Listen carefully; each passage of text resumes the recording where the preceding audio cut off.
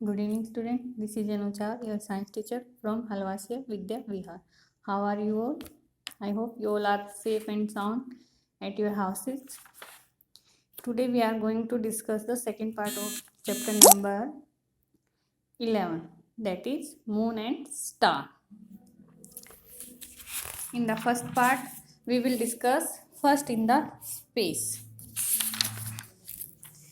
Today we will discuss phases of Moon. The moon shines as the brightest object in the night sky, but it does not have light of its own. Moon हमें रात को सबसे ज़्यादा चमकने वाला object दिखाई देता है, लेकिन इसकी खुद की लाइट नहीं होती है. ठीक है. It doesn't have its own light. It reflects back the light of the sun to us. ये हमें इसलिए दिखाई देता है कि ये अपनी सतह से जो सन की लाइट है उसको रिफ्लेक्ट करता है. Therefore, depending on the position of the sun, different area of it reflect light to us on different night. अब जो सन की पोजीशन और इससे रिलेटेड मून की पोजीशन होती है, उसके अकॉर्डिंग जितना एरिया लाइट को रिफ्लेक्ट करता है उतना ही एरिया डिफरेंट एरिया हमें अलग अलग रातों को दिखाई देता है मून का. The moon appears to change its shape every day. आपको ध्यान से देखेंगे हर रात को तो आपको लगेगा कि मून हर रोज अपना शेप चेंज कर रहा है. The different shapes of the moon is visible to us on the earth are called its phases. जो डिफरेंट शेप्स हमें दिखाई देते हैं, जैसे यहाँ पे एक क्रेसेंट मून है, फिर है यहाँ से ये और यहाँ से ये. ठीक है. तो ये चेंज होते हैं कि फुल मून से कम होते होते क्रेसेंट मून पे आते हैं. तो ये डिफरेंट फेजेज हैं, तो इनको क्या बोलते हैं? Phases. On some night we can not see the moon because the lit up side is away from the earth. कुछ रातों को हम मून को नहीं देख पाते क्योंकि जो चमकने वाला फेज है या जगह है मून की वो हमारे से दूर होती है, यानी कि अर्थ से दूर होती है. This is called new moon. अब उसके बाद जब वो दिखाई नहीं देता तो जब अगले दिन चांद हमें दिखाई देता तो हम उसको कहते हैं कि नया चांद, new moon. It then appear as a crescent moon and goes to become half moon.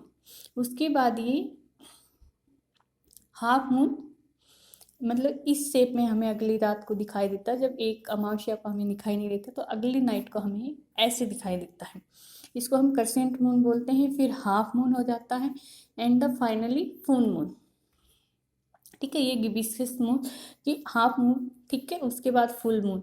तो ये एक स्टेजेस है, crescent to full moon and full moon to crescent moon. ठीक है. तो ये these stages are called waxing phase of the moon. ठीक है. घटते से बढ़ते हुए और बढ़ते से घटते हुए ये दो फेजेज हैं, waning waxing phase and waning phase.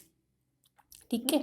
After this the cycle reverse and the moon appears gibbous, then half moon, then crescent and finally a new moon again.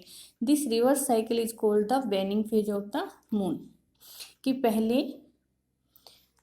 Moon दिखाई देता है गिबियस, फिर half, then crescent and finally new moon. ये इसका waning phase है और ये इसका वैक्सिंग फेज है. कि यहाँ क्रेसेंट से गिबियस होता है, फिर हाफ होता है, फिर फुल मून होता है, उसके बाद ये रिवर्स में होता है. तो इसको वैनिंग फेज बोलते हैं कि बड़े से घटते और ये घटते से बड़े हुए. ठीक है. तो ये दो फेजेज हैं, इसके दो डिफरेंट फेजेज हमें दिखाई देते हैं. 1 मंथ का होता है 15 डेज. ठीक है. Then surface of the moon. The surface of the moon is rough and uneven. There are big and small hollow dark patches called craters. आप ये देखिए यहाँ पे अर्थ के सरफेस आपने देखी होगी कि हमारी जो ऊपरी क्रस्ट होती है उसको अर्थ क्रस्ट को सरफेस बोलते हैं. ऐसी जो मून की सरफेस है वो रफ और अनइवन है. अनइवन क्यों है?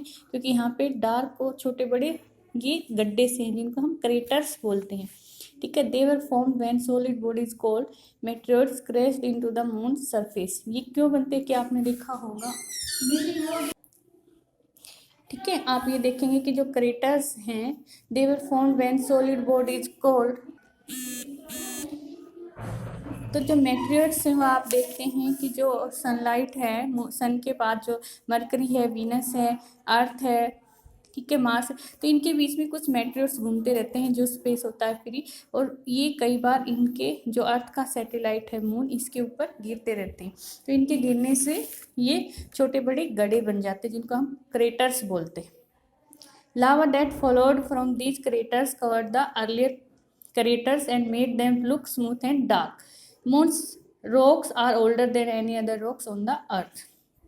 जो लावा निकलता है, आप देखते हो कि ज्वालामुखी से लावा निकलता है वो आसपास की सतहों पे बिखरता रहता है, तो मून पे भी ज्वालामुखी है जिनमें से लावा निकल के पुराने गड्ढों को भरता रहता है, जिससे वो काफ़ी और डार्क हो जाते हैं और नए गड्ढे बनते रहते हैं मेटेरियल्स के टकराने से। और जो साइंटिस्ट का दावा है कि जो मून्स पे रॉक हैं वो अर्थ पे बनी हुई रॉक से भी ज़्यादा बड़ी हैं, मतलब एज में बड़ी हैं, वो पहले ही बन चुकी हैं उनसे। ठीक है, तो रॉक्स की भी एज होती है, वो साइंटिस्ट पता करते हैं कि वो कब बनी थी, उसके बने हुए कितने साल हो गए, पैदा हुए कितने साल हो गए। तो ये जो मून्स की रॉक है वो अर्थ की रॉक से बड़ी हैं एज में। ठीक है, नेक्स्ट है conditions on the moon. The moon is about 1/4 of the size of the earth. अब जो मून का साइज है वो अर्थ के साइज का 1/4 पार्ट है। ठीक है, जैसे ये पूरी एक अर्थ है तो इसको हम 4 डिवाइड में कर दें तो इसमें एक अर्थ में से 4 मून्स बन सकते हैं, ये इसका साइज है। It pools down all object towards itself. ये जैसे अर्थ हर चीज़ को, जैसे मैंने अभी छाले नीचे की तरफ आ गई तो अर्थ हर चीज़ को अपनी तरफ खींचते हो, वैसे ही मून भी हर चीज़ को अपनी तरफ खींचता है। दिस इज कॉल्ड ग्रेविटी, ये उनकी ग्रेविटी होती है, गुरुत्वाकर्षण बल। However the gravity on the moon is only 1/6 of that on the अर्थ। लेकिन मून की ग्रेविटी कम है और अर्थ में ग्रेविटेशनल फोर्स ज़्यादा होता है। This mean that if you can jump 1 metre on the earth you can jump 6 metre on the moon. इसका meaning है कि आप अर्थ पे ज़मीन से ऊपर की तरफ 1 मीटर ही उछल सकते हो, तो आप मून पे उसी तरह उछल के 6 मीटर तक ऊपर जा सकते हो। ठीक है, if you way 60 kg on the earth you would only way 10 kg on the. अगर आपका वेट अर्थ पे 60 kg माना जाए तो मून पे वो सिर्फ 10 kg माना जाएगा। ठीक है, क्योंकि ये सारा ग्रेविटेशनल फोर्स पे डिपेंड करता है। Smaller gravity on the moon is the reason why there is no atmosphere on the moon. आप देखोगे कि हमारी अर्थ है उसके चारों तरफ गैसियस फॉर्म होते हैं, ऑक्सीजन है, कार्बन डाइऑक्साइड है, नाइट्रोजन है, लेकिन मून के चारों तरफ कोई भी एटमोसफियर नहीं है, गैसेस का कोई भी गोला नहीं है, क्योंकि उसकी ग्रेविटी 1/6 ही है अर्थ की ग्रेविटी से, जिसका मीनिंग है कि वो एयर्स को, पार्टिकल्स को अपने चारों तरफ बांध के नहीं रख सकता और वो स्पेस में इधर उधर चली जाते हैं, जिस वजह से उसके चारों तरफ एटमोसफियर नहीं है। Since there is no atmosphere on the moon, even the side facing the sun becomes freezing cold. और वहाँ पे इसी वजह से कोई एटमॉस्फेयर नहीं है, वाटर को भी वो बांध के नहीं रख सकते, और जो फेस मून का हम एक ही फेस को देख पाते हैं, वो दूसरा फेस जो सन से दूसरी तरफ वहाँ पे फ्रीजिंग पॉइंट होता है temperature. The moon is a quiet place. Moon पे बहुत शांति है। Even if a big rock smashes on the surface of the moon no sound could be hear. जब कोई बड़ी सी रॉक भी अर्थ की सरफेस पे टकराती है तब भी वहाँ पे कोई साउंड सुनाई नहीं देती। Sound travels in air and there is no air on the moon. क्योंकि जो एयर हम बोलते हैं वो साउंड वेव एयर के थ्रू ट्रेवल करती हैं हमारे कानों तक और हमें सुनाई देता है, लेकिन मून पे तो कोई एयर है ही नहीं, तो वहाँ पे अगर कोई साउंड होती है तो वो ट्रेवल नहीं कर पाती। ठीक है, वैक्यूम, तो वो कुछ सुनाई नहीं देता, वहाँ पे बड़ी बड़ी रॉक्स भी टकराती रहती हैं। There is no water and no life can exist on the moon. जो लो ग्रेविटी है उसकी वजह से वहाँ पे ना तो एयर है, ना वाटर है, ना साउंड वेव्स हैं।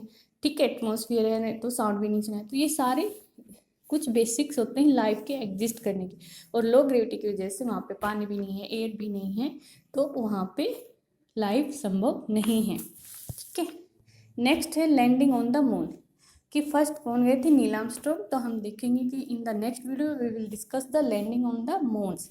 After that we will study about stars. Till then bye bye children and take care.